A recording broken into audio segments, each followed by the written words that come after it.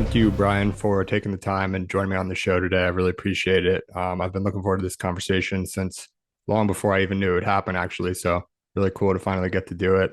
You're the co founder and CEO of Coinbase, which most people know, but you're also the co founder of a company called NewLimit, which is on a mission to extend the human health span, which is something that, myself and a lot of listeners care a lot about.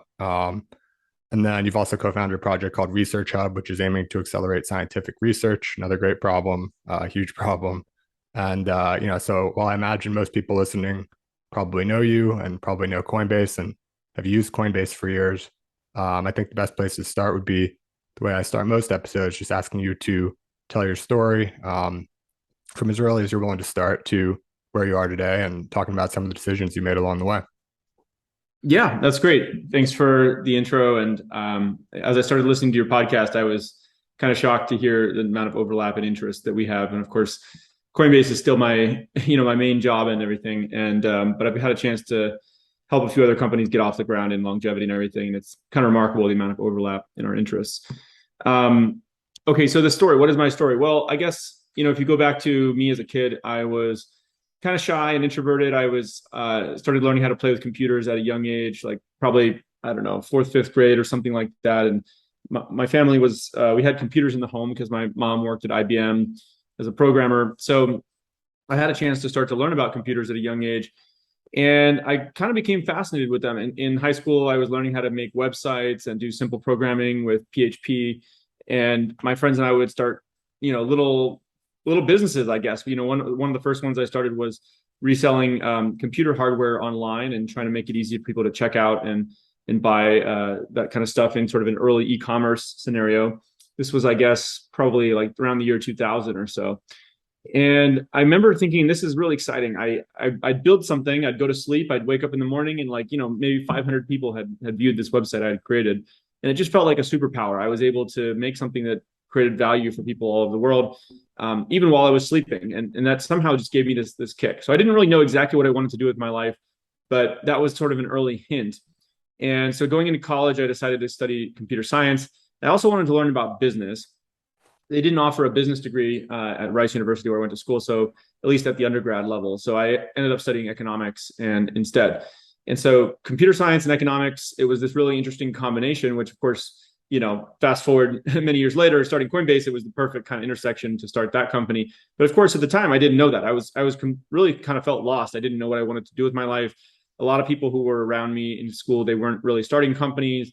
Most of my friends who, when they graduated, they went to do, I don't know, McKinsey or investment banking or something like that.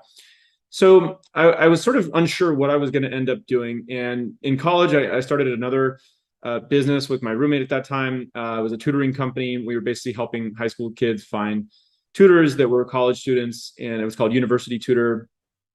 Struggled for a long time to try to get that to work and have it generate some real growth. And it was sort of like barely, it was allowing me to like pay my rent kind of thing, but it was like ramen profitable, they might say. And so I couldn't figure out, crack the code on how to get that thing working either. So I decided to go get a real job, quote unquote, real job out of college. One of my advisors at that time was saying, hey, if you want to learn how to run a company, maybe you should go work at a company. And I'd done some internships at big companies like IBM, writing software and things like that. But I kind of had a sense like, I don't really want to work at a giant company. And I ended up going and doing consulting at Deloitte, believe it or not, which was not a great fit for me. I only lasted there probably about 3 or 4 months. And the theory was that as a consultant, you were going to go and see the inside workings of a number of different companies. And that was true. I was going and seeing that, but it was really through the lens of like enterprise risk management. And I was basically just checking off boxes on spreadsheets and, doing some simple data processing and stuff like that. And I just had this sense like, this is not going to work for me. Even like simple little things, which shouldn't have mattered, like, you had to be at the client site at like 8 a.m. or something. And I was always a night owl. I was like wide awake at night, and I was a zombie in the morning. And so I was just sleep deprived all the time, and it wasn't a good fit. So after 4 months of that, I decided to actually quit. I was like, I'm going to try to work on this tutoring company that I'd started full time. I'm going to try to really be an entrepreneur, make a go of it. There's lots of sidetracks we could get into here. I lived about a year in Buenos Aires, Argentina, because I was trying to figure out what I want to do with my life and travel and I was learning a lot of things at that time. I was learning about investing and building, web apps and mobile apps. And I had tried probably like 5 or so different business ideas around that time. And by this time I was kind of, maybe 28 or something, 27, 28. I felt like kind of a failure, to be honest. I was like, my friends had all been making good money at different jobs out of school. I felt like I was kind of broke, and I didn't really know what I was going to do, because I was basically a failed entrepreneur. And through a series of events, I finally decided, if I really want to be an entrepreneur, I need to move to Silicon Valley. That's kind of where the major leagues are, if you will. I need to stop doing all the other stuff that I'm doing, and really just focus on that. And I went in, and I needed to actually go join a startup for a little while. I felt like doing it on my own, I was not succeeding. And so I went back to the Bay Area. I joined a startup, which eventually I joined Airbnb as an early employee. And of course, that was a very successful company. I got to learn a little bit more about Y Combinator and meet some investors. And eventually, when I finally read the Bitcoin white paper, that's what got me to apply to Y Combinator, actually get accepted, and within 6 years or so, the thing was worth over $1 billion. It was an incredibly fortuitous moment. But if I tie these things, only make sense if you look back in hindsight, right? It was the degrees you studied in school, living in Buenos Aires, Argentina. I got to see a country that had gone through hyperinflation. That kind of helped me understand Bitcoin many years later. Building all those like web apps, trying those different ideas, the tutoring company, seeing what worked, what didn't work, understanding how to process payments for that company. These were all little pieces of the puzzle that later came together and clicked. And I think, but when the time that I finally decided to like burn the ships, double down, I'm going to be a tech entrepreneur. I need to move to Silicon Valley, stop doing all the other stuff, focus. It was within maybe 6 years of that decision that I felt like I was really on my path. I had found some success. I was doing what I was meant to do in my life. And, I was probably 35, 36 at that point. And so, yeah, that's a little bit of the journey of how I got there.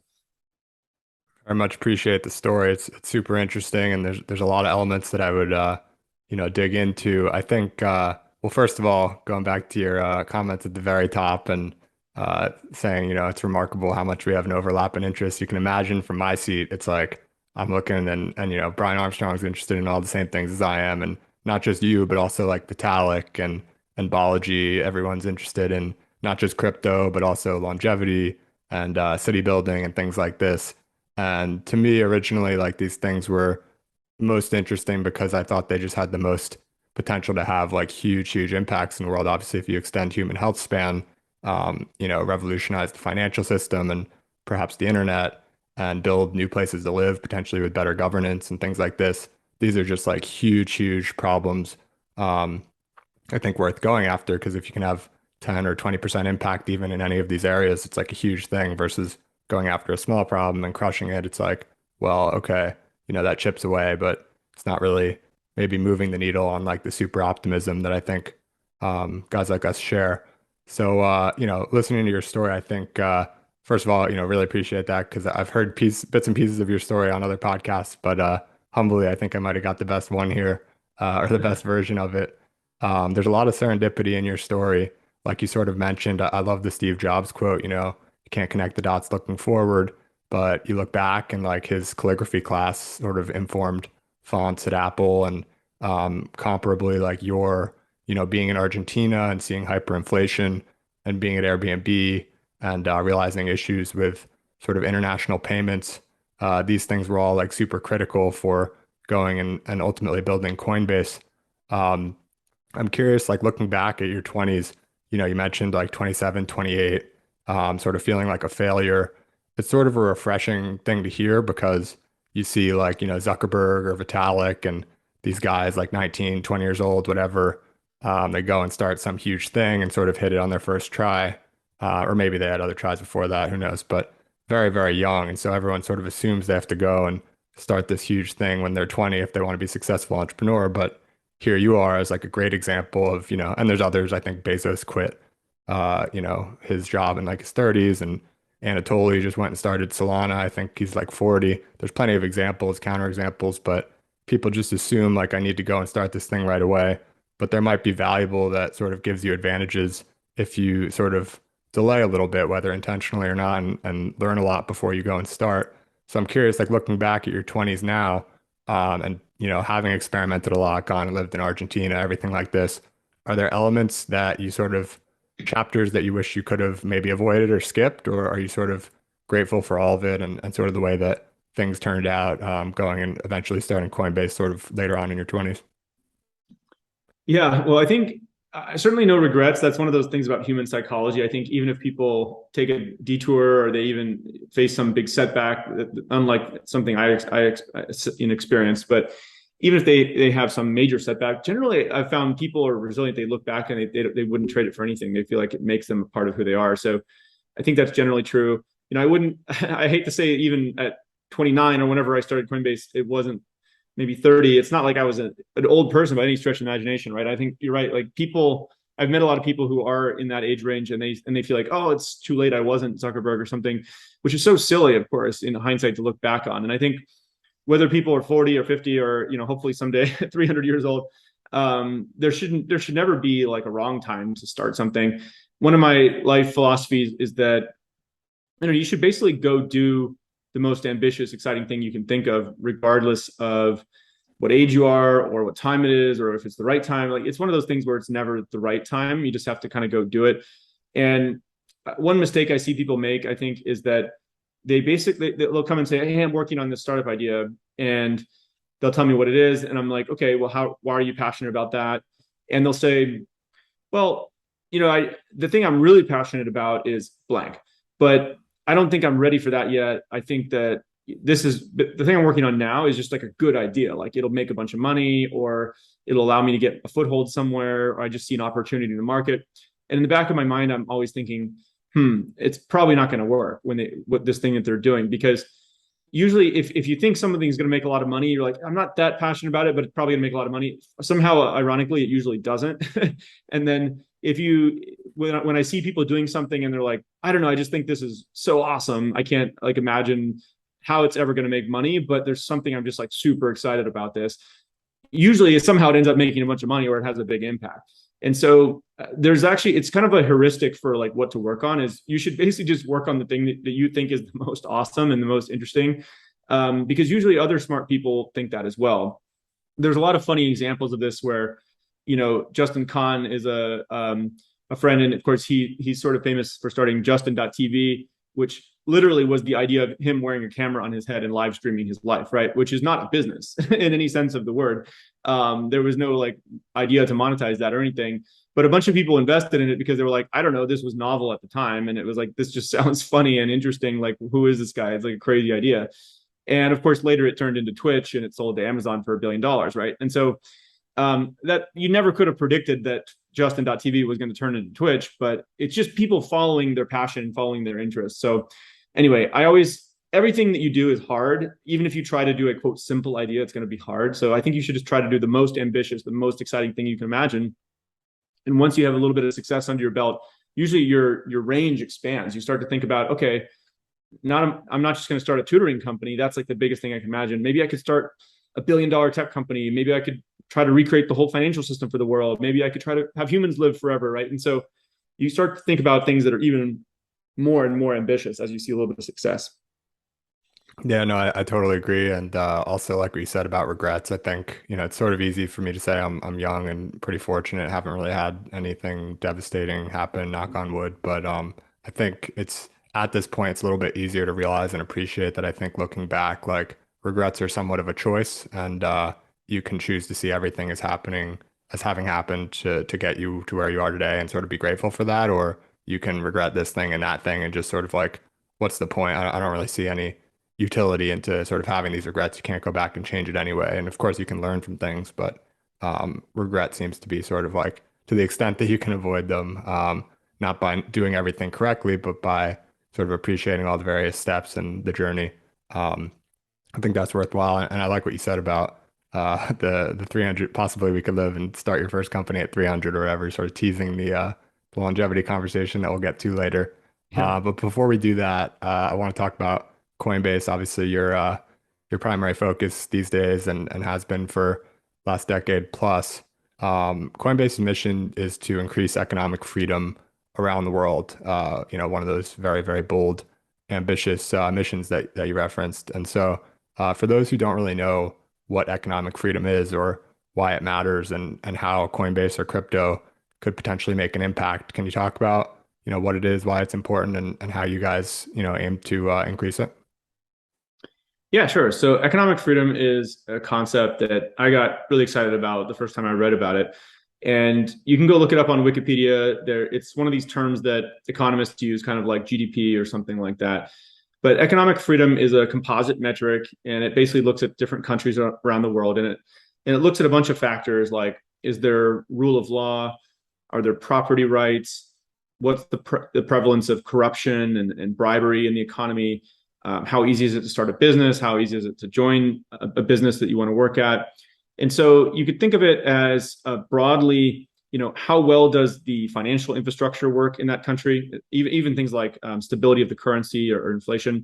If people try hard things like starting companies, can they keep the upside of their labor?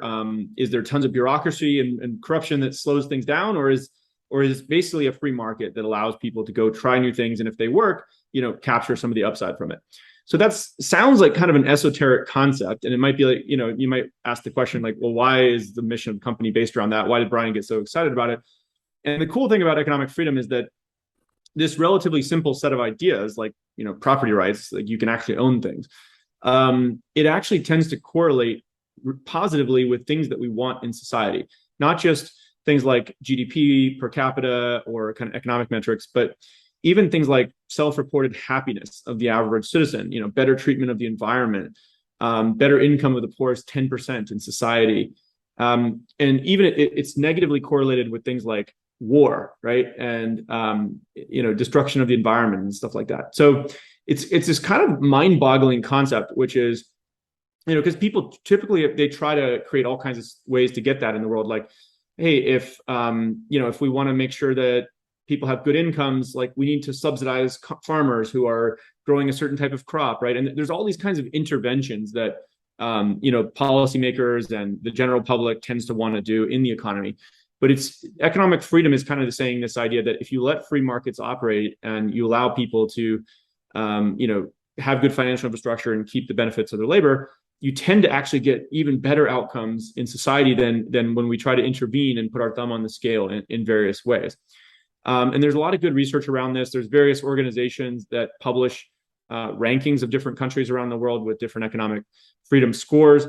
So, for instance, Singapore and New Zealand and, even the United States, although we're not even in the top 10 anymore, have pretty high economic freedom scores. And these are generally countries that if you just saw a list of them, you can look it up on Wikipedia, you'd say, okay, those are like places where I could see myself living, right?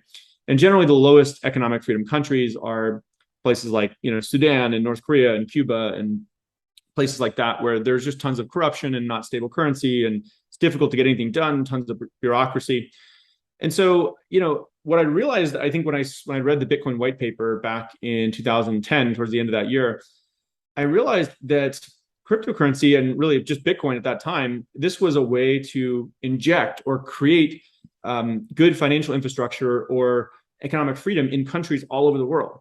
Because think about it, if you traditionally wanted to go do that, let's say you wanted to improve economic freedom on a global basis, how do you improve like property rights, globally in 190 countries? Well, I mean, you'd have to almost like go into each country one by one, like Argentina or something, and say, hey, how do I run for office? How do I create a different culture? How do I create new laws or something around seizure of property and like the inflation issues that country has faced, right? And that would just be impossible. I mean, it's impossible probably to get it done in one country, let alone 190 countries.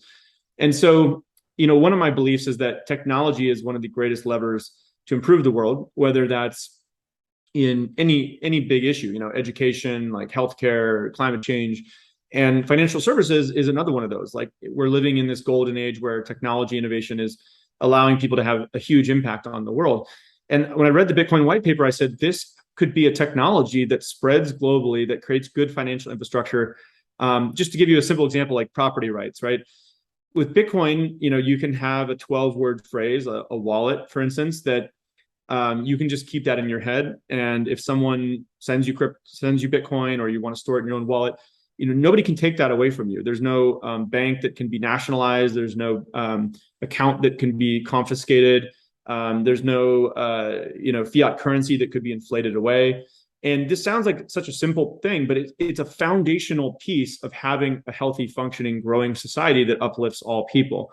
And there's many ways that cryptocurrency is sort of uniquely suited to economic freedom. For instance, economic freedom also looks at free trade and globalization, right? And cryptocurrency is inherently global. It's inherently cross-border. It's just as easy to send it between you and I in one country as to send it to somebody on the other side of the world, right? Bitcoin is inherently deflationary, so it solves the stability of the currency or the inflation issue, which gets abused in a lot of countries around the world.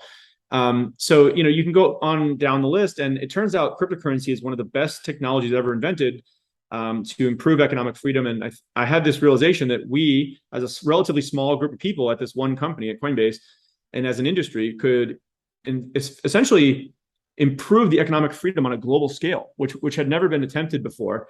And I just couldn't get that idea out of my head. And so I felt like we had to get started and go do something with that.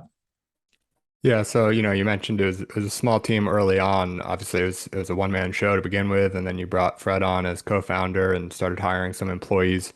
And I read something interesting, or maybe I heard it, I forget. But I think 2017, you had like on the order of maybe 100 employees when we were headed towards like the top of the hype cycle for the crypto markets. And sort of overnight, you went from like I think you 10x the number of like your record daily signups went like 10x between one day and the next. And then I Mhm. think it might have 10x'd again, like the next day. So it went like Yeah. 100x, maybe it wasn't exactly 2 days or whatever, but roughly something like that.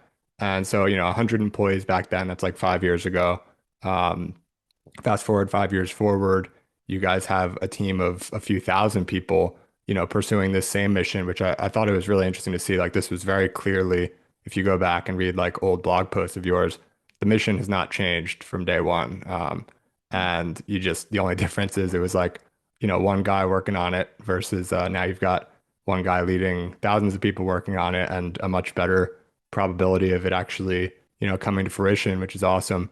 But how have you like dealt with, just that sheer like speed of growth of an organization? Obviously, there's a lot of successful startups and very few, but some that sort of achieve the scale that you guys already have. But what are the challenges of scaling from like 100 people to several thousand over the course of, just a few years? And on top of that, like this isn't just a normal industry with like, even if it's like exponential or hockey stick growth, for a normal startup, that might be challenging enough to deal with, but you guys also have to deal with like the hype cycles and just a very volatile environment.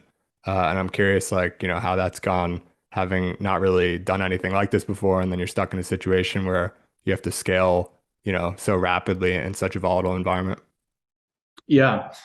Well, you're absolutely right. This industry is a little bit unique in the sense that, a typical SaaS company or something like that would probably grow, 20 to 100% a year. And that can have its own challenge in itself, just, finding great people and getting all the decision making working internally, which we can talk about.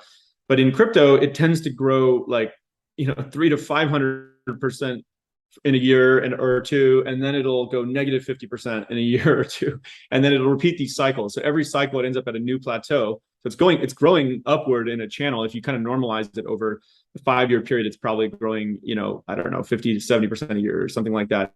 But in any given year, it's completely up or completely down in a very stressful way. So that's sort of unique to our industry.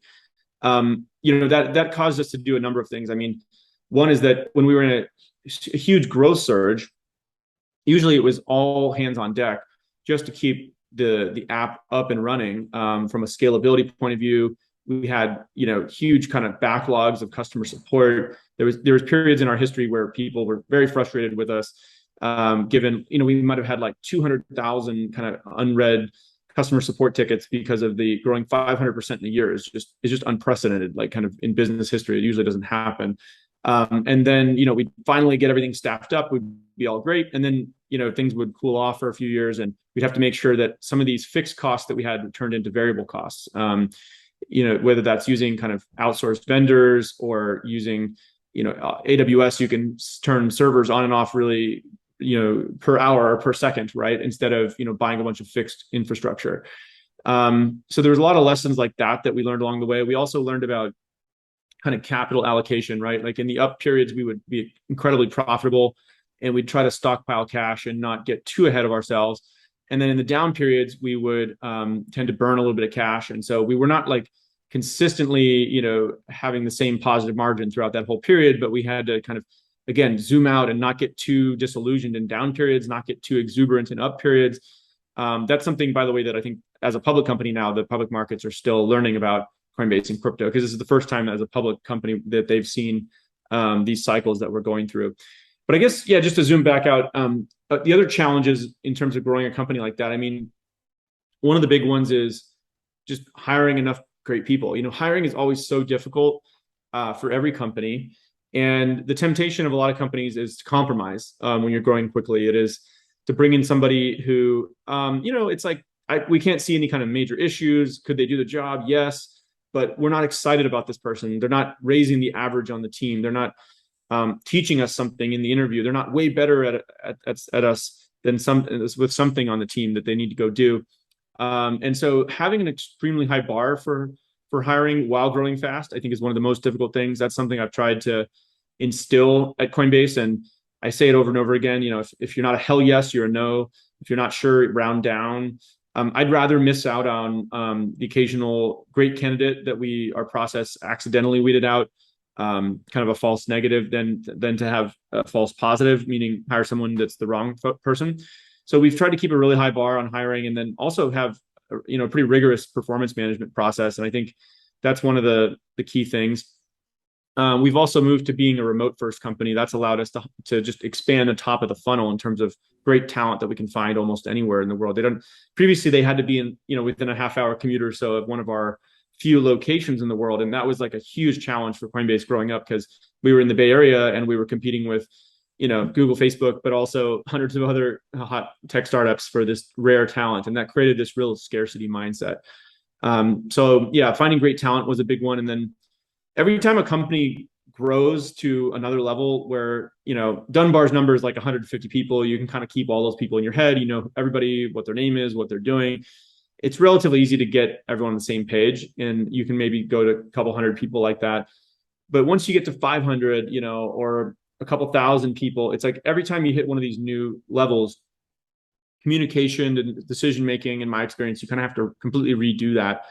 And there's a variety of things that we learned along the way there, including using decision-making frameworks, like something called Rapid that we use, which I can talk about if you want. We also, the way communications get done has changed in the sense of you can't just get everybody in a room and say something once. You kind of have to say it multiple times through multiple channels, through multiple people, and have messages cascade down through the org, and have everybody singing from the same songbook. And so there's not like a game of telephone where information gets lost along the way. And, sometimes you just put out a one pager and everyone's like kind of reading the script, or make sure you say it at the all hands, you write it in the blog post, and you send out the email afterwards, like 3 different times, 3 different channels, sometimes 3 different people. They all need to hear it, say the same thing. And then you can get messages to stick inside these orgs. So, there's a variety of things, and I'm sure that as we keep growing, there'll be a whole other layer that we'll do at our next size and scale. But those are some of the things we've had to learn. All right, so you mentioned Rapid. I think sounds like a decision-making framework or process of some sort. I always love, new decision-making frameworks and effective ways to make communication more effective and things like that. So we'd love to hear about Rapid if you can share.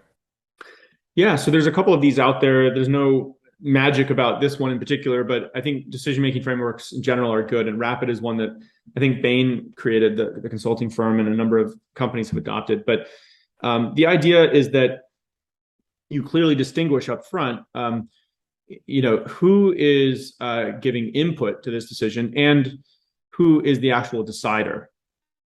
It sounds like a simple thing, but often what happens in a company is you get a bunch of people together and everyone starts discussing, and it's not actually clear who can veto this versus who's just giving input, who can actually decide. And the default is that it'll go to the CEO, the person at the top, if it becomes contentious. And what that means is you have a bottleneck. Basically, every major decision has to run through one person. And as you scale to a certain size, that doesn't scale at all. And so part of the idea of rapids is before you get into some massive debate and battle lines are drawn and everything, okay, decide, hey, this person, this director, this VP, whatever, you kind of push decision making down in the org. They're going to be the decide, but each of you have input. And there's a couple other technical terms in there. There's a recommend, there's an agree, which is kind of like, you could think of as maybe having a veto, but I won't get into too many details right now. The main concept to know is that you clearly delineate the roles up front. Then the other key piece of it is you make everybody write down their input in a document. Another big challenge you'll see in orgs as they grow is that, hey, a bunch of people had a bunch of one-off conversations and someone late in the process will jump in and be like, hey, finance or compliance or legal or engineering or whatever, they didn't have a chance to weigh in on this decision. And so they'll try to jump in late in the process and everyone's getting frustrated, or worse yet, a decision will be made and then they'll want to revisit it a week later, a month later, a year later. And there's a lot of revisiting of decisions that happens. And so in the rapid, the goal is, okay, identify the key people who need to give input on this. You shouldn't have 20 people or something. They should cap it at probably, I don't know, 3 to 12 or something max is sort of the sweet spot. And then you get everybody to write their input in the document once they've discussed, and everybody has to go read the document. So nobody can later say, hey, you didn't hear my opinion. This is also another common thing that happens is, hey, I didn't feel heard. I tried to raise this point in the room, but I got someone talked over me, or there wasn't time, or we were rushed. So if you've written your input in the document, and we know everyone has read the document, it gives people a great sense of surety that they now felt heard. And so once you've read everyone's input, you get together, you discuss it, you can update your decision, your input or your decision in the document. The decider at that point is then responsible for rendering a decision, promulgating it to the people who are involved in the rapid. And anybody who disagrees, which frequently happens, by the way, because you want to have a culture where people can disagree. The worst sin you can commit is kind of putting a fake agree in the document when you actually secretly disagree. That's that's one of my big red lines not to cross. And I've really try to crack down on that if I ever find out that it happened. But once people, we've reached a decision, if you were to disagree in the document, we then, you're asked to disagree and commit, right? This is a concept that we borrowed from Amazon and other companies, which means that, yes, you can disagree, but now that the decision has been made, you need to work really hard to make it a success, even if you were to disagree, because we've all going to move forward together as one, even if there was disagreement, vigorous debate in the room. And now you've got a good process. We heard from all the relevant stakeholders. We made sure that everybody else heard their opinion.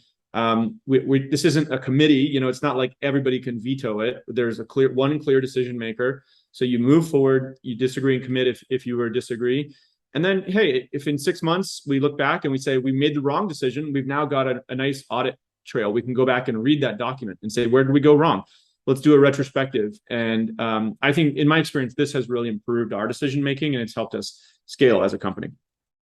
Yeah, it's really interesting. And I think I can't imagine, I have enough difficulty trying to come up with the best ways to make decisions and make quick decisions and good decisions just on an individual level, let alone, trying to install sort of a process for great decision making on a multi-thousand person organization. But certainly to date, if the results are any indication, it's going well. And I'm sure, the next 10x in employees will sort of force another adjustment or evolution in all of these processes that you've installed, and looking forward to seeing how things develop. You mentioned that going remote first, sort of around the time of COVID was sort of a big unlock, sort of opening up that top of the funnel. You don't just have to recruit people in San Francisco anymore. You get sort of the whole globe and just a much larger talent pool. And of course, a lot of people are now open to that talent pool, but nonetheless, just a lot more smart people available. And if you can sort of put the right magnet or like bat symbol out or whatever from Coinbase, then obviously you'll get a lot of those people applying, and that's all good. I know that you guys started actually having remote employees, I think back in 2015 or 2016, basically had some engineers who were like moving and, didn't want to lose them. So sort of started to experiment with that, and had, several years of experience with at least a partially remote workforce before having to flip the switch or deciding to flip the switch and going remote first. What do you think, advantages were gained in having that experience, which not every company had, being remote for so long, at least partially with some engineers and the like? And then what are some of the things that you think are harder? We're still only like two years into this, right? Or something like that. What are some of the things you're still trying to figure out that are just hard problems? And, we haven't had enough time to experiment to see what works and what doesn't work. So what are the things you're still trying to figure out about remote first?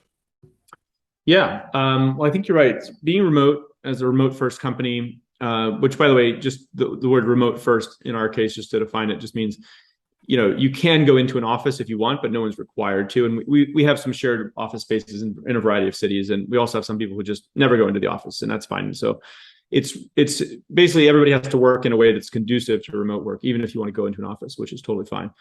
But you're right. We did have a chance to kind of beta test this in a little bit of a way.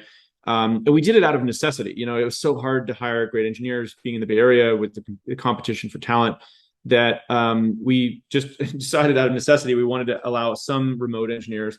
And the thesis we had at that time was, okay, well, if you have 20-30% of a team is remote, it can kind of augment an existing team that's still meeting in person. And you might need to hire those people that are remote in a way that they're very self-sufficient. They don't need a lot of training, and they're great communicators because if you only have like a couple hours a week or something like that to really sync up with the rest of the team, you need to make sure you're really hearing what they hear, what they're saying the first time, and whatever you're saying, they're picking it up. And so we would hold an even higher bar for remote engineers at that time to make sure that their communication was top notch, they were self-sufficient, etc. Fast forward to COVID, we realized, okay, we're going to be forced to work remote here for a while. We might as well just embrace it and see if we can really capture the benefit of this and mitigate the downside. So the benefit, of course, of remote work, and part of why I'm still committed to it, and Coinbase is going to continue on this path, is that it allows us to just hire better people. And the reason is that it literally like 100x's the top of the funnel, the hiring funnel. So again, if you think about what percent of people in the world live within this half hour or 45 minutes of one of the offices that we have in the world, it's probably less than 1% of the global population, right? Maybe it's a selective group because it's in major cities or something like that, but it's still a tiny fraction. And if you open the top of the funnel to say we can hire great talent from any location, it literally 100x's the scope of the people that you can find. And so it just solves one of the biggest problems in business, period, which is how do you find great people? My belief is that everything in business actually comes back to great people, because if you want to make great profits, you have to have good products. If you want to have good products, you need to find great people to build those products. Basically, every problem that you have in a company, something that's not going well, you can trace it back to a great hire that you need to make or someone internally that you need to promote. And so it all comes back to people, and remote first solves that problem in a really massive way. So that's the upside. The downside is that being in person helps a lot, right? It helps with bonding and trust. It helps with creativity. It helps with spontaneity and innovation. It helps with training and development of employees. Like, I've certainly been in office environments where you go walk by someone's desk and they're like, hey, I have a quick question. You see them do something like, how did you do that so fast? And I want to copy that, or like, teach me how to do that. And so it's just exciting. There's a lot of ad hoc conversations that happen around the proverbial water cooler, or usually more like over meals. And you hear things, you learn things, you laugh at things, you feel a sense of camaraderie, which is really important. So that's the downside. In a remote first environment, it's harder to recreate that. And, you can force it a little bit, right? Like, for instance, in your one-on-one conversations with your manager or at the stand-up meeting with your team, we try to encourage everybody at Coinbase to inject something that's not specifically work-related, right? Like, you should just have at the beginning of my exec team meetings, right? We often will go around and like, all right, tell me something awesome like that you did this weekend, or what's like something in your personal life that you're really struggling with, or it's a little bit of like therapy or whatever, but it's also a little bit of bonding, and it's a little bit of let's just get to know each other as human beings, right? Because like, all right, we're going to go grind through this thing for many years, but we have to like form real human relationships here. So you can do that a little bit in a remote environment by injecting time for things like that. But we also have said, you know what, we're actually going to try to really encourage, not force, but try to get everybody an opportunity to get together in person at least once a quarter. Now, I will admit we're not quite there yet, and this is one of the things we're still learning. Is we're trying to actually automate and systematize how do we get all 5,000 or so employees together with some set of their employees, not the whole company, but like, either with their team or a set of their peers or some kind of like offsite, like other employees who work in Austin or whatever city they're in. We want to try to get people together, at least every employee once a quarter. We're not there yet because we need to do this at scale. It's actually requiring a whole other skill set where we need to get certain properties and certain locations where just every week there's a couple teams meeting there, and there's a lot of logistics and hotels and flights and things like that, and costs associated with this.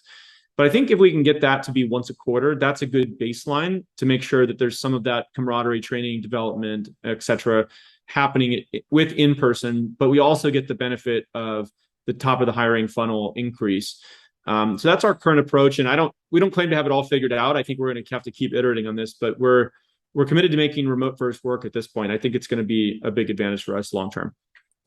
Yeah, I mean, because getting together in person with just even a subset of other people at the company is such a difficult problem at scale, like you said, it's easy with a company of 12 people, everyone buys a flight and you get a Airbnb or whatever, it's easy enough. But thousands of people distributed all around the world, very difficult, but I think all the more worth, explicitly addressing and trying to solve, because probably not all companies at that size are going to solve it because they're just not going to spend as much effort, but appreciating the importance of that in person once in a while, I think Yeah. will be great. And I can't help but wonder if VR might play a role as well. Maybe not this year or next year, but in a few years, because there Oh is yeah. sort of an increased presence, feeling of presence where if you've ever put on, the Oculus or any of those headsets, and like you go into a room, you get the same, at least for me, like I get the same sort of feeling as like I'm walking into a bar and I don't know anyone. When I go into like Facebook Horizon or something like that. I've spent like very limited time in that thing for whatever reason. I think it's super cool, but I guess other people, I don't really know any other people in there or whatever, and I just sort of haven't spent time. I'd like to spend more time, but um, I wonder if that might play a role as Yeah, well. I'm glad you mentioned that. Actually, I was going to say that too, and I completely forgot. But I'm pretty bullish on VR, and especially for the workplace. And I actually do think that's probably going to be a big piece of the puzzle for remote work as well. I've definitely been playing around with Horizon Workplace and yeah, basically the Oculus platform. And I think you're right. Like those little things where someone's to your left and you hear it in your left ear, and you look over and you're kind of making eye contact, and it actually does start to recreate a lot of that spontaneity around the office. And I think that could be a really big piece of the puzzle. So I've been trying to think about how to do some small experiments around that. Like I think we might have our first exec team meeting kind of in VR or something like that, and just try to work through some of the bugs. And it's not quite ready for prime time yet, I don't think, but it's going to get there. And I think that's a big deal. So yeah, I'm glad you mentioned that.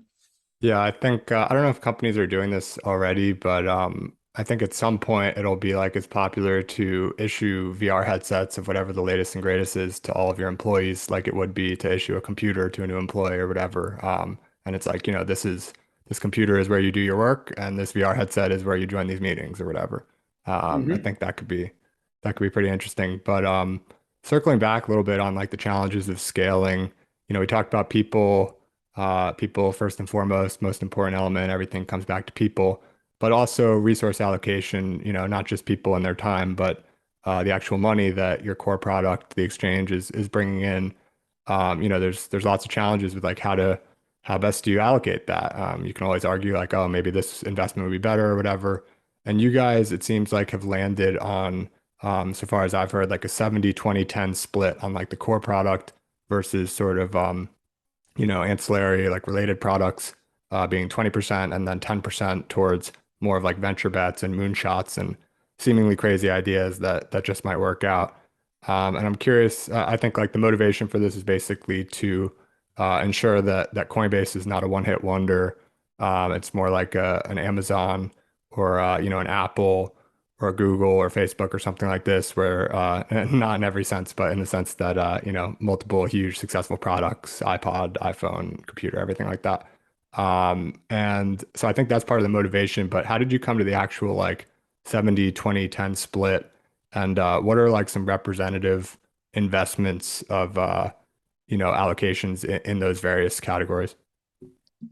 Yeah, so I think this is a great point that you bring up, and it is a defining characteristic of Coinbase because you're right. We had our first product that got product market fit with basically buy and sell of crypto in a simple, easy to use interface, and we could have just scaled that, right? There was plenty of work to do there. We could have launched it with more assets, more payment methods, more countries, and really just saw that mature as a brokerage, and then extracted profit out of it and returned capital to investors or eventually shareholders or something like that.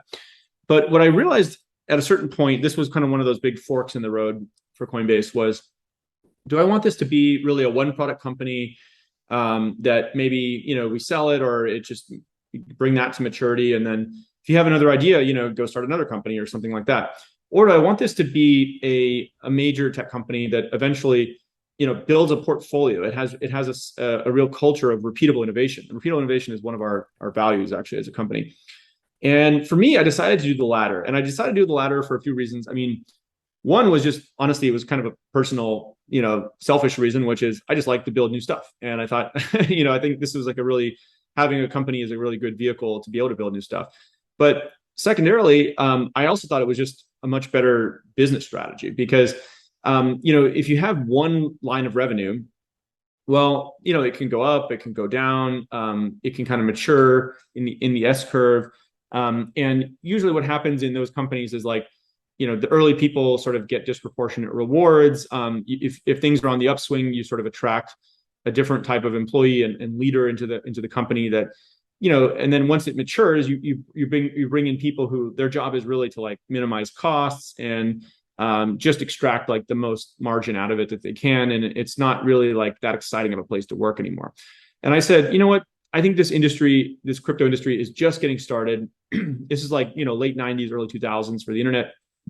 And we have the potential to build a whole bunch of really cool stuff here.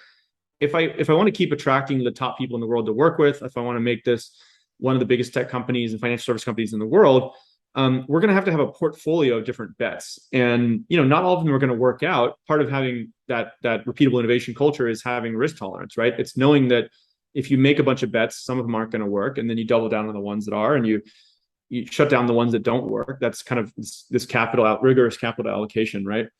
But that means you're going to have a more exciting company. It means you're going to have a bit more impactful company. It means that we have a better chance of actually accomplishing our mission of increasing economic freedom in the world. If we can help with, not just buying and selling crypto, but can we help with payments and borrowing and lending and commerce and now Web3 and maybe make a cloud platform? And so this is where I came upon this 70-20-10 resource allocation. So I borrowed this idea from Google. I think they're the ones who came up with it, is my understanding.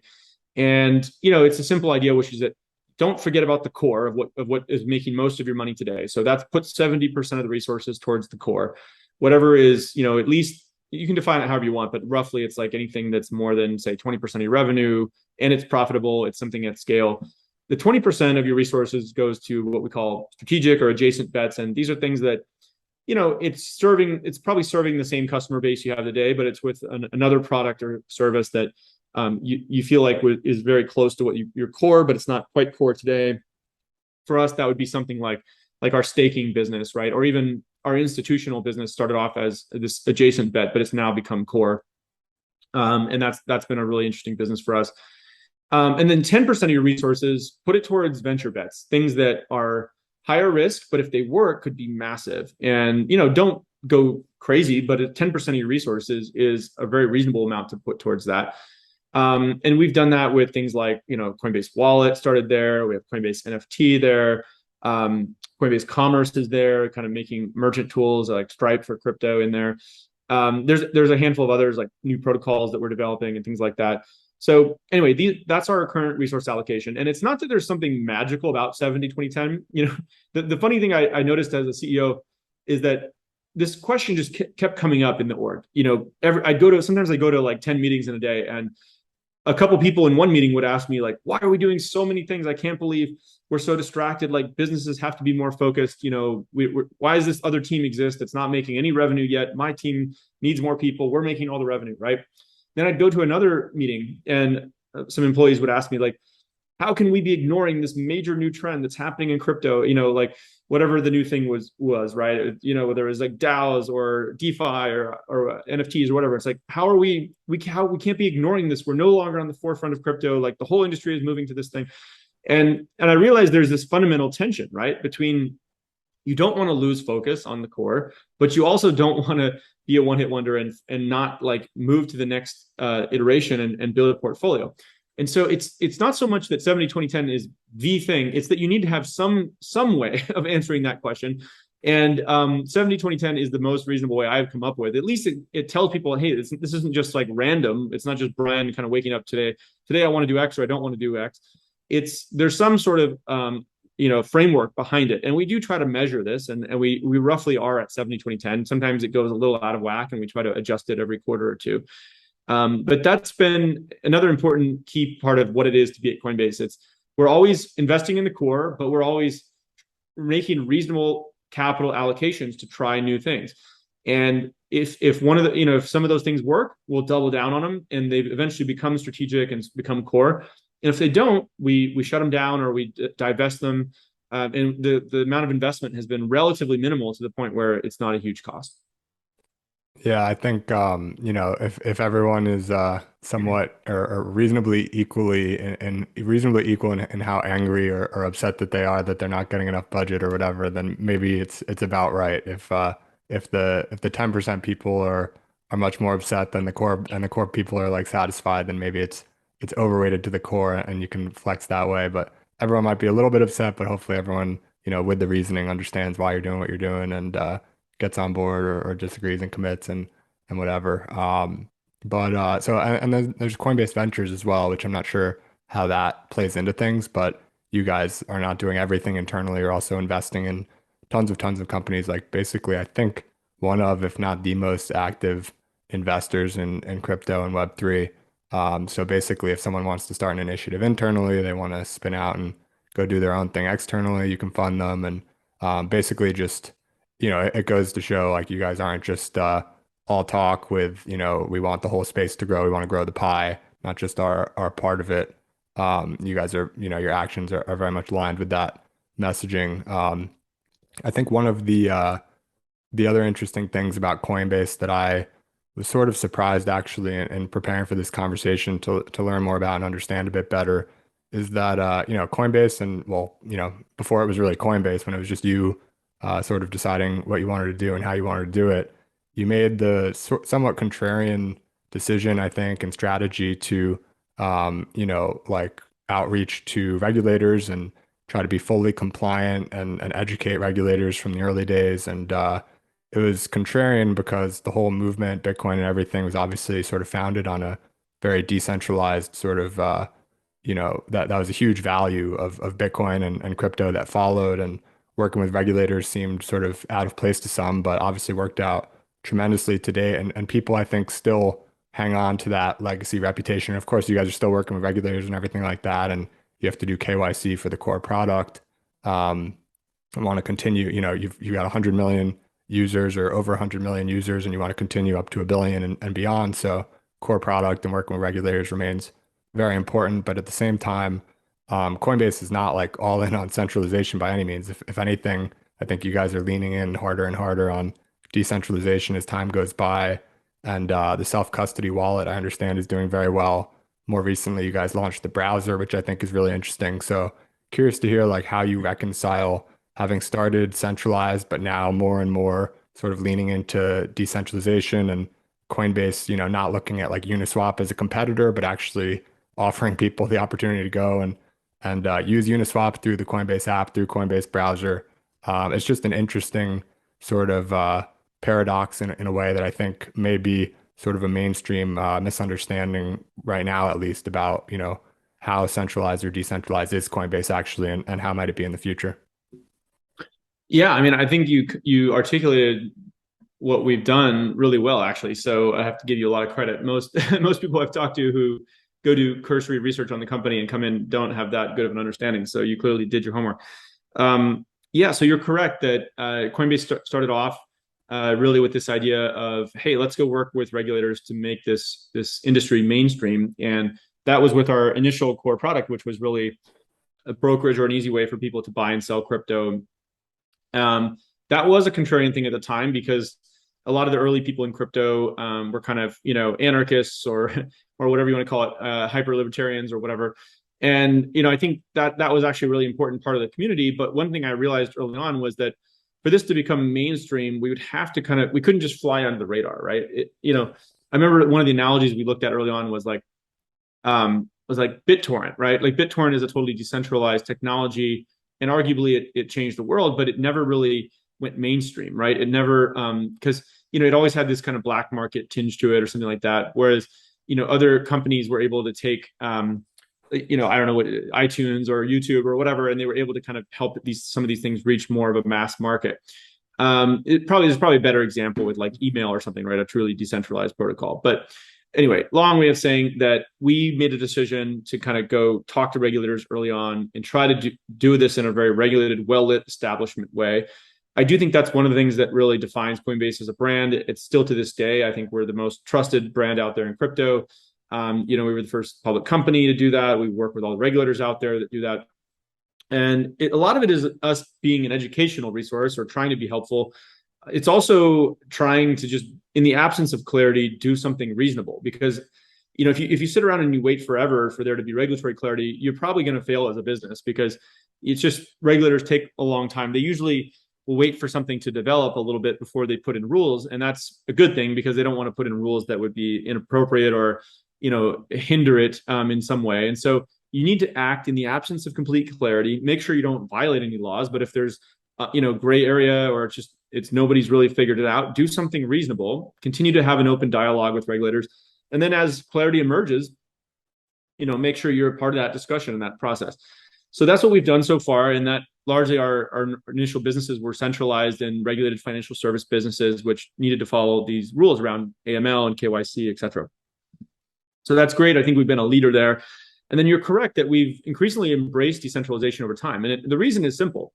Early on, crypto was so small, we needed to help people get all like the fiat money in the world into crypto. We needed to be that reliable bridge for retail customers, institutional customers in the US, in every other country of the world, and make the markets develop, with the exchanges and the custody and derivatives markets and things like that. And so that turned out to be the best business model kind of for the first 10 years of crypto as well, was the exchange business. And I think we played a key role in helping, make that legitimate and trusted and help a bunch of fiat money in the world flow into crypto. So now a bunch of people have crypto. And what we've been excited to see in the last 5 years is the crypto to crypto piece is finally developing. We saw this starting back in kind of 2018 with like DeFi, and we saw it with people raising money with crowdfunding. We've seen it with NFTs now and DAOs, and just more and more things are finally developing in the purely crypto to crypto world, the crypto economy, as we call it. And so that part, I think, can finally be more decentralized. And that's part of why we've invested so heavily in Coinbase Wallet, which is our self-custodial wallet. People would always kind of tease me on Twitter and stuff like that early on, with Coinbase, say, oh, if it's not your keys, not your crypto. Look, I agree, right? Like if you want to have a self-custodial wallet, we have, I think, the best one in the market now. From a trust and ease of use point of view and a functionality point of view. It's enabling people to access all of Web3 through the browser that's sort of natively integrated, if you will, that you mentioned earlier.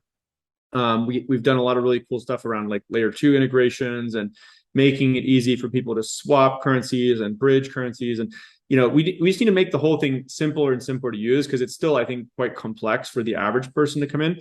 But what's great about these decentralized crypto products like our self-custodial wallet is that we can, those are regulated really more like a software company, not a financial services company, because we're never taking possession of customer funds. It's kind of like, you might do payments through your web browser, but your browser is not a financial services company. And so that's allowed us to have Coinbase Wallet be launched in a whole bunch of countries very quickly.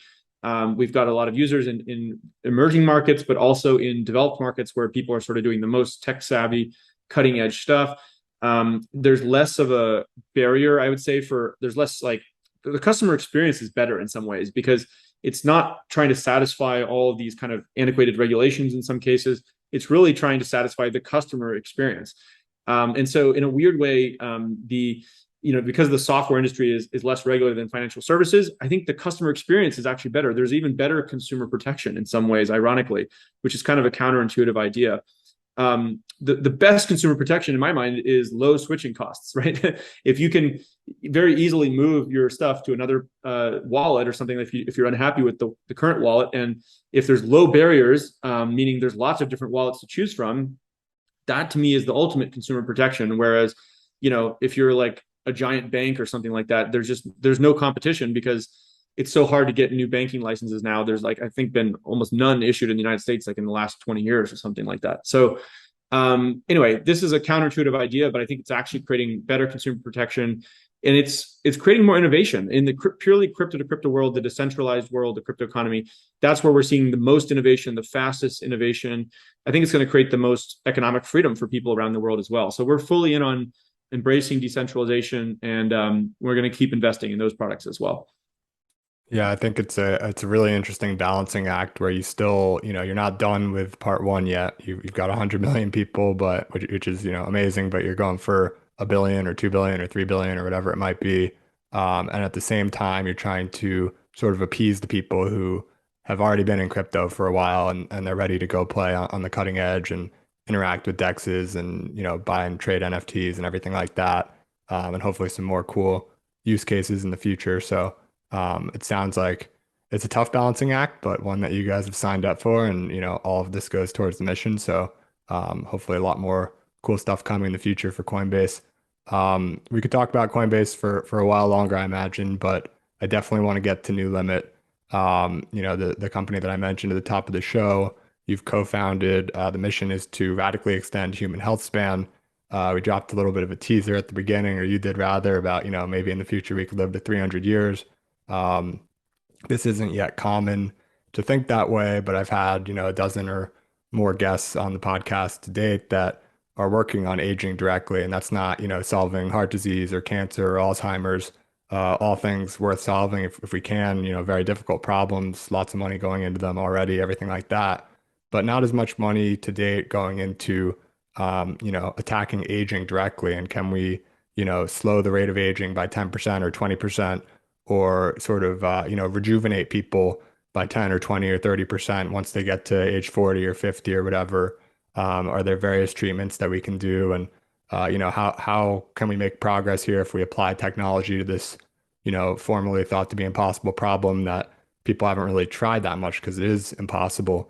And that's what NewLimit's going after. And specifically, I think you guys are targeting the epigenetic reprogramming of cells, which is basically, in layman's terms, like everyone has a bunch of cells, all those cells have some DNA, and then the epigenome determines what part of the DNA is activated and turns that DNA into like different cells, somewhat. And I might be butchering the science a little bit, but basically the epigenome over time as you age, like things start to go wrong. And it's been shown that, you can impact the epigenome and turn, like, for example, a skin cell into a brain cell, or even take a cell in like an old mouse, I think, and sort of revert it to like an embryonic cell and then create a new mouse, which is just crazy. You can't do this in humans, I don't think. Like things go wrong, and I think things go wrong in the mice and things like that. But nonetheless, there's like a few markers of hope that have been discovered in the last 10 or 20 years. And you've decided to take a good chunk of your fortune and put it into this company to fund it from day one for the first 2 years at least, and go and attack this problem, I guess, in the free time that you have from working on the number one problem to increase economic freedom at Coinbase. So I'm curious to hear, how's NewLimit going so far? Where do you see it going in the future? And yeah, I mean, what's the status? I know it's still super early, and sort of what's the dream and the roadmap for the next several years?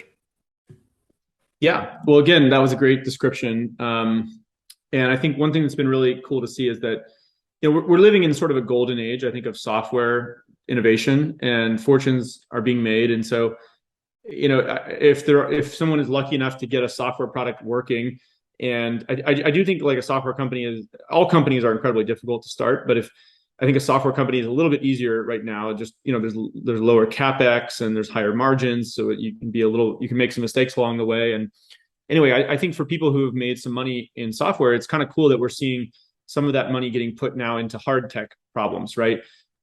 Physics and chemistry and biology and things like that, because those areas tend to have less dollars that go to them. They're higher risk, higher chance of failure, arguably probably lower ROI from like a venture capital point of view. And so it's cool that we're seeing some of that crypto money and just software money flow generally into aging and all these kind of, rockets and, all kinds of things, right? So that's really cool. I got excited about trying to help out in this space. Really, after Coinbase went public, I was thinking, okay, I've got some liquidity now from this company I've helped build over the last 10 years. What do I want to do with that, right? Like, I could basically donate some to charity. I could, spend it on personal consumption. There's lots of things I could do, right? And the thing that I'm passionate about in the world is like, how do you improve the world with science and technology? Again, I think science and technology and innovation is probably the best way to improve the world. I think it's kind of weird that in my mind, there's this like techlash kind of vibe that happens in the world sometimes. We could even talk about that if you want with like mainstream media and whatnot. But in my mind, it doesn't really make sense. Like if you want to try to improve the world, a lot of people, their default lever to pull is to go try to change policy or to try to get government to intervene in something. And in my view, those things typically, they're inefficient. They have negative, unintended consequences. We could go through a bunch of examples, but and even if you study things like Dalio's book, like The Changing World Order, you can go back and look at civilizations throughout history, and a lot of growth and all like human progress basically comes down to innovation, which comes from science and technology, and science and technology comes from great education and economic freedom. And so anyway, trace these things back. One of the ideas I got most excited about as I was basically hosting some dinners with friends of mine and just like interesting scientists and people, and I would basically just ask them kind of what are the most interesting problems in the world that you're working on. And this idea kept coming up around longevity, and it's a field that hasn't traditionally gotten much investment because I think there's probably like 100x or maybe even 1,000x the amount of dollars that go into like cancer research, for instance, as opposed to longevity. And a lot of the ideas that have been discussed for a long time, they've been the same ideas that were discussed like 10 years ago, right? Like parabiosis and things like that. Sort of young blood and different experiments people did on mice. And I realized, okay, I had spent the last 10 years of my life working on this company. I want to keep building companies for many decades to come. And, I feel like Coinbase, for instance, is just getting started. We're in the very earliest innings. The next 10, 20 years is going to be like the real growth opportunity, right? For crypto and everything that we're doing there. And I had noticed in the last 10 years, just working hard and whatnot, I was like, I already noticed a difference in my how I feel, my physiology and everything. And I was like going from say 29 years old to 39 years old. I felt like, it was harder to pull all-nighters or something, right? I had less energy, right? Or if I got injured or something, it would take longer to recover. I even felt like, my short-term memory seems like it's a little bit worse, right? If somebody tells me like 5 different things and a minute later I have to go through them and I can't remember all 5 exactly or whatever, right? And there's little things like that where I was like, oh my gosh, what if I only have a decade or 2 or something left to really try building cool things and to have an impact? I mean, that would be really unfortunate. There's people who I know who, they've had a heart attack and died at like 53, right? And I'm sitting here at 39. I'm like, wow, maybe I have 10 years, 15 years left if I'm unlucky, right? So even if you don't, by the way, even if you don't like actually die at that time, they're just people have less energy. They have less cognitive ability to learn new things, right? And so there's kind of this sweet spot of once you're actually educated as a human, you've gone through 25 years or whatever of education, and now you can start to sort of positively contribute to society. You only get 25 years to positively contribute before you're kind of in the later years. And I just started to think about, okay, if there was some way to kind of solve the meta problem here, because a lot of these diseases, diabetes and cancer and heart disease and mental decline and everything, these are actually diseases of aging, right? They're not like a lot of people are trying to solve the individual disease, but young people don't get these diseases. And so if you could somehow, like you were saying earlier, rejuvenate these cells or delay the onset of aging, then it would sort of solve an entire category of diseases at once. Now it sounded like a pretty difficult thing to do, but as I had more of these dinners and had friends come by, I started to hear this idea of cell reprogramming come up more often. And I think you gave a good description of it earlier.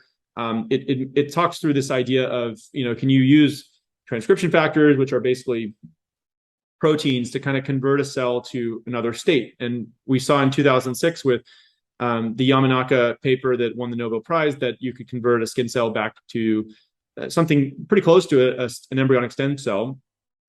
Now people have showed that you can convert a cell, one type of cell to another, as you mentioned. And there's people who have shown more recently that in various labs that, if you kind of pulse the Yamanaka factors in various ways, you can sort of rejuvenate cells to some degree. And so it seems certainly worth investigating that there could be some set of transcription factors which could make a cell into a younger state, not necessarily de-differentiating it into like a stem cell or something like that, but actually to just have it functionally be younger. This is an exciting idea. I think we're seeing more investment dollars come towards this space now.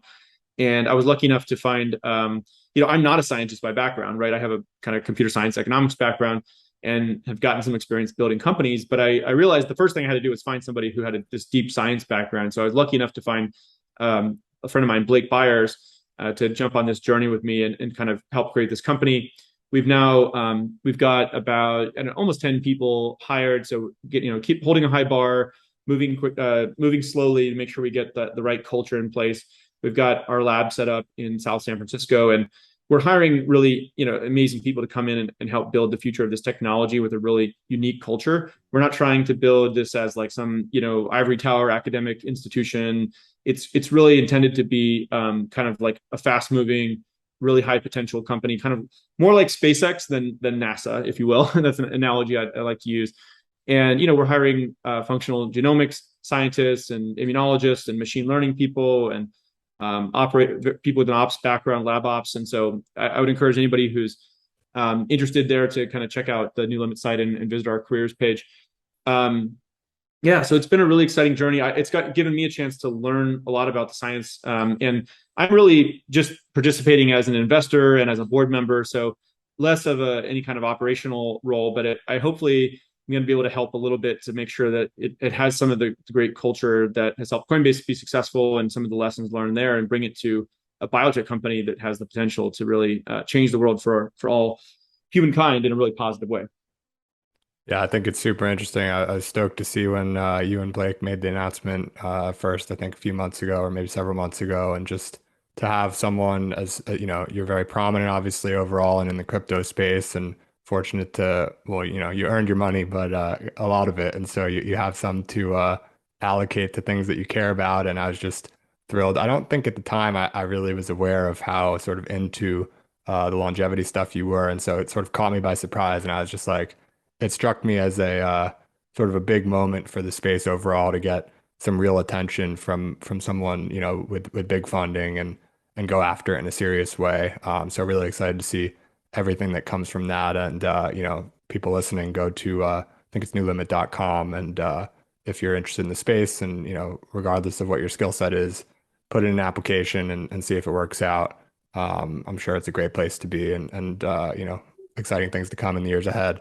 I know we're coming up on time, but you mentioned the sort of techlash, I think you said, and the issues with mainstream media tend to take a very dystopian view of tech and a very negative view of tech and its founders and everything like that. And I know you're really interested in new media. You're here on the podcast today. I'm not a mainstream guy by any means, so obviously appreciate you making the time and coming on. But why is it so important to you to support new media and maybe not give mainstream media quite the access that they're accustomed to getting sort of for free? Yeah, so I think this is a really important shift that's happening in the world, and it's been happening for a while. If you go all the way back to the early days of the internet with Craigslist and whatnot, they were disrupting a key revenue stream of traditional media, which was classified ads, and that was kind of the first shot in a battle, I guess, the opening salvo. But you saw more and more of this happen where there was a decline in ad revenue across traditional mainstream media. You can see the graphs of it. I mean, it's just been on the decline for the last 10, 15 years, whereas the ad revenue going towards Google and Facebook and places like that was just on the upswing.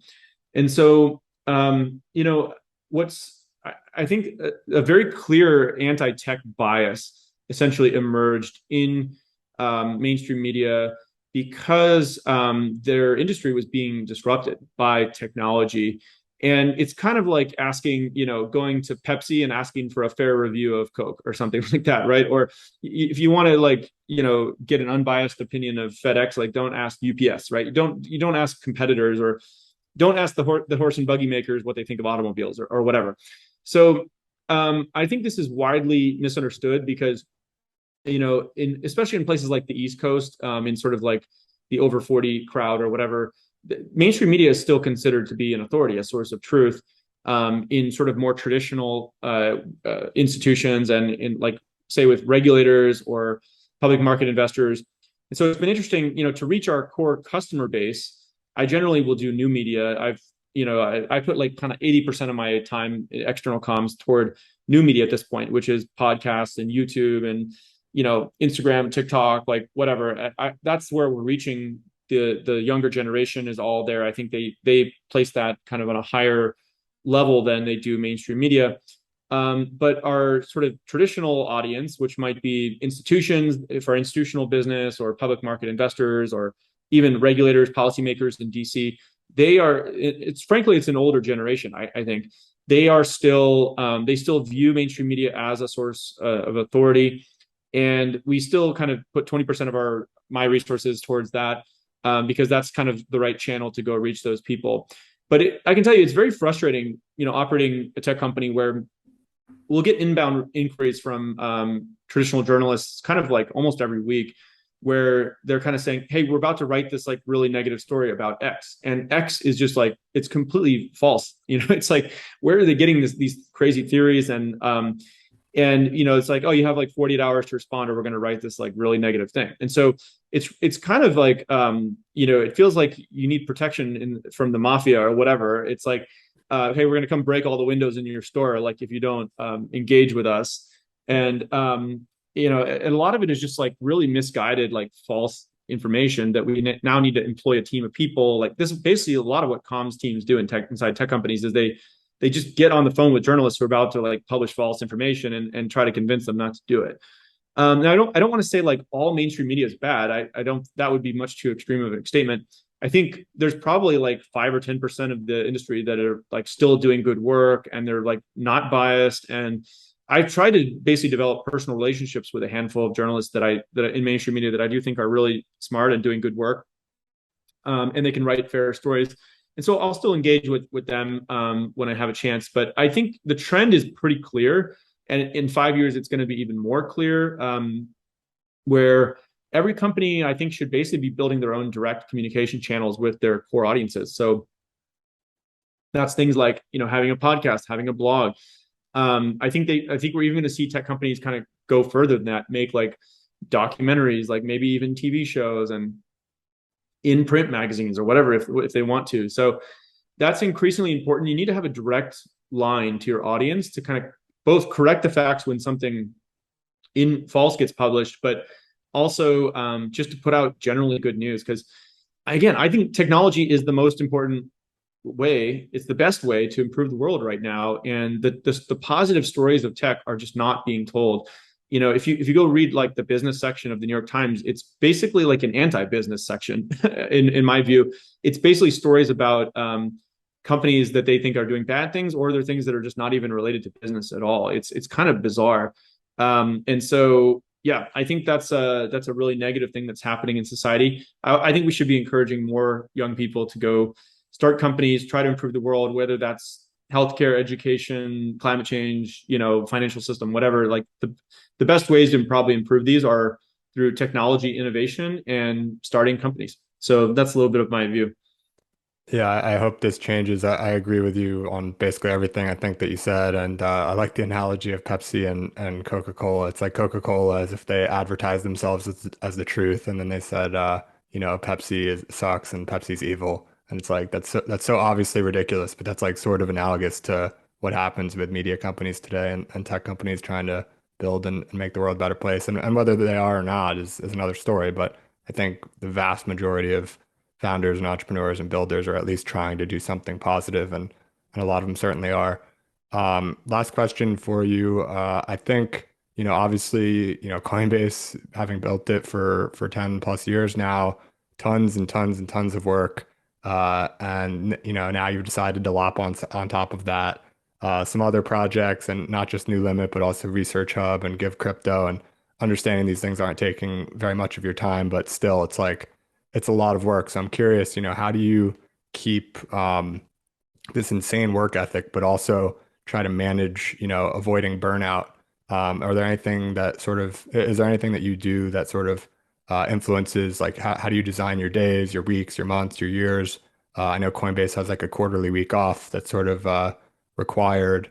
What are some things on a personal level? Like obviously you're amazing at organizational design, and presumably you've thought about sort of personal life design as well. I'm curious about sort of some of the habits and things that you think about. Yeah, sure. And I'm glad you mentioned ResearchHub too. That's been another really fun company I've had a chance to try to help get off the ground. And the team there is doing amazing work trying to accelerate scientific research and improve a lot of the inefficiencies there. So would love people to check that out as well, researchhub.com. And it's got a crypto component to it, which is cool. Research Coin, which is rewarding people for contributing content to the site and things like that. Not to interrupt, but I have a question on it, but I know we have like literally 3 minutes left, so I don't know if you want to go over or not, but go ahead on the existing question if you want. Yeah, we can go over just a few minutes, but do you want to talk about that real quick? Yeah, so ResearchHub, basically, I think you just sort of stated the mission. And one of the really cool things I thought that I've heard you talk about is like connecting these scientific innovations and commercializing them and making a system that sort of automates that, maybe not automates that, but facilitates that much more so than we see today, to create more companies like SpaceX, Genentech, others that sort of Google, I think that came out of these scientific innovations and were applied commercially in a super successful way. So how's ResearchHub going to do that? Yeah, such a great point. So one of my theories is that there's just a huge divide between the scientific kind of academic community and entrepreneurs. And most, I feel like 99% of startups that get created in the world, they actually have no scientific innovation behind them.